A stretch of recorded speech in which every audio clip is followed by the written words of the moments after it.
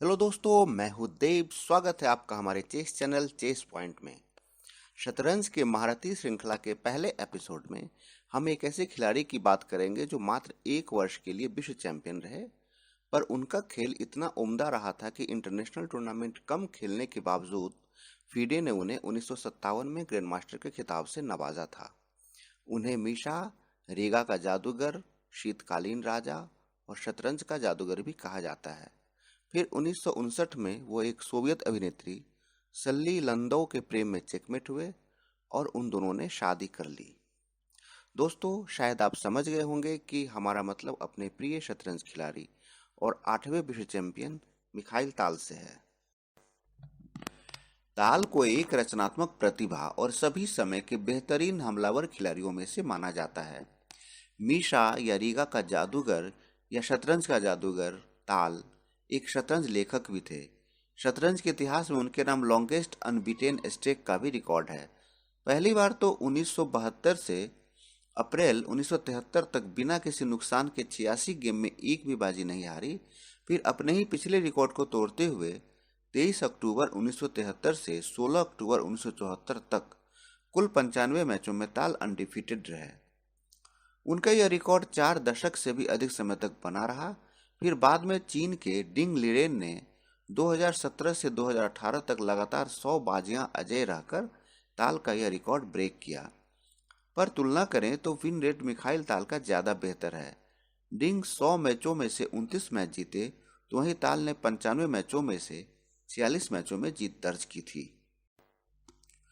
ताल का जन्म रीगा में 9 नवंबर 1936 में जेविश फैमिली में हुआ था।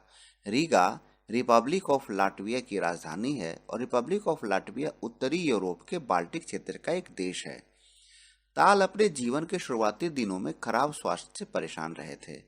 8 साल की उम्र में ताल ने अपने डॉक्टर पिता निकेमिया ताल से शतरंज सीखी।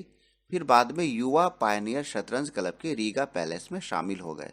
शुरुआत में उनका खेल अच्छा नहीं था, पर अलेक्जेंडर कोबलेंक से ट्रेनिंग लेने के बाद उनके खेल में लगातार सुधार होता चला गया। अलेक्जेंडर कोबलेंक्स लाटविया के प्रसिद्ध चेस ट्रेनर और लेखक थे। 1951 में ताल ने लैटवियन चैंपियनशिप के लिए क्वालिफाई किया और फिर 1952 में ये अपने ट्रेनर कोबलेंक से आगे निकल गए। 1953 में इन्होंने लैटवियन टाइटल जीता और 1954 में सोवियत मास्टर बने। ताल ने साहित्य से पढ़ाई की थी और शायद इसलिए उनके खेल के बारे में कहा जाता था कि उनका हर खेल एक कविता की तरह अतुल्य और अमूल्य था। 1959 में ताल ने सोवियत अभिनेत्री सल्ली लंदो से शादी की। सल्ली लंदो और ताल की लव स्टोरी पर चेकमेट नाम की किताब भी प्रसिद्ध है। यह किताब उनकी पत्नी सल्ली की ही लिखी हुई है। वैसे यह भी एक तथ्य है कि उनकी एक दूसरी पत्नी भी थी, जिनसे झरना ताल नाम की उनकी एक बेटी थी। ताल ने पहली बार 1956 में यूएसएसआर चेस चैंपियनशिप के लिए क्वालिफाई किया और 5वें स्थान पर रहे। पर उसके अगले ही वर्ष 20 वर्ष की उम्र में यह चैंपियनशिप जीतने वाले सबसे कम उम्र के खिलाड़ी बन गए। उनके इस प्रदर्शन को देखते हुए 1957 में उन्हें फीडे ने ग्रैंडमास्टर के खिताब से नवाजा। फिर ताल ने ज्यूरिख में 1959 में एक महत्वपूर्ण टूर्नामेंट जीता। उसी साल कैंडिडेट टूर्नामेंट में ताल ने जिन खिलाड़ियों को पराजित किया, उनमें तिग्रान पेट्रोसियन, वेस्ली स्मिस्लोव, बॉबी फिशर, फ्रेरी काफाल्सन और पॉल बैंको जैसे धुरंधर शामिल थे।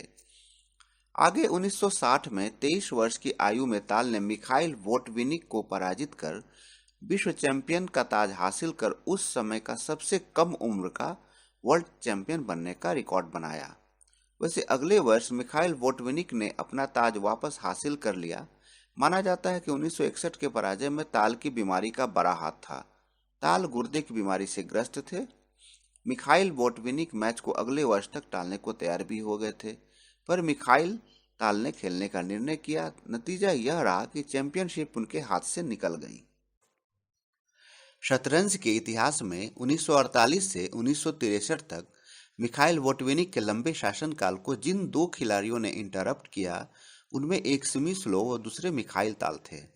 इस वजह से इन दोनों को विंटर किंग्स मतलब शीतकालीन राजा भी कहा जाता है। ताल की हाईएस्ट इलो रेटिंग 2705 रही, जो उन्होंने 1980 में स्कोर की थी। ओलंपियाड खेल में मिखाइल ताल 8 बार सोवियत टीम के सदस्य रहे, जिसमें हर बार टीम ने गोल्ड मेडल हासिल किए। टीम ने कुल 65 जीत दर्ज की, 34 मैच ड्रॉ हुए और मात्र 2 मैचों में हार का सामना करना पड़ा। व्यक्तिगत रूप से ताल ने 5 स्वर्ण और 2 रजत सहित 7 ओलंपियाड बोर्ड पदक जीते। 1950 से 1991 तक मिखाइल ताल ने लगभग 2700 टूर्नामेंट या मैच खेले, जिसमें उन्होंने 65% जीत दर्ज की। मिखाइल ताल की हेल्थ की बात करें तो लगातार सिगरेट पीने और शराब की वजह से उनकी हेल्थ खराब ही रही। 1969 में ही उनकी एक किडनी भी निकालनी पड़ी। हल्के दर्द की वजह से उन्हें मॉर्फिन की भी लत थी। 28 मई 1992 को मॉस्को ब्लिट्ज टूर्नामेंट में उन्होंने गैरी कास्पारोव को हराया। उसके एक महीने बाद हमारा यह जादूगर 28 जून 1992 को हमेशा के लिए सो गया। दोस्तों, अब देखते हैं उनका वह आखिरी मैच जिसमें उन्होंने मात्र 17 चालों में ही गैरी कास्पारोव को मात दी थी। इस मैच में गैरी कास्पारोव टाइम डिफीट हुए थे। ताल ने सफेद मोहरे से शुरुआत की। E4, कास्पारोव का reply C5, knight F3, D6, bishop B5 check, knight D7, D4, knight F6, short castle, E6, knight C3, A6, bishop captures D7 check, knight captures D7, bishop G5, queen C7, rook E1, C captures D4, knight captures D4, knight E5, F4, H6, bishop H4, G5, F captures E5, G captures H4, E captures D6, bishop captures D6, knight D5, E captures D5, E captures D5 check, king F8, queen F3। इस move के बाद Gary Kasparov time defeat हो गए और ताल यह बाजी जीत गए। दोस्तों, अगर आपको हमारा यह वीडियो पसंद आया हो तो इस वीडियो को लाइक करें, हमारे चैनल को सब्सक्राइब करें और बेल आइकन को जरूर दबाएं।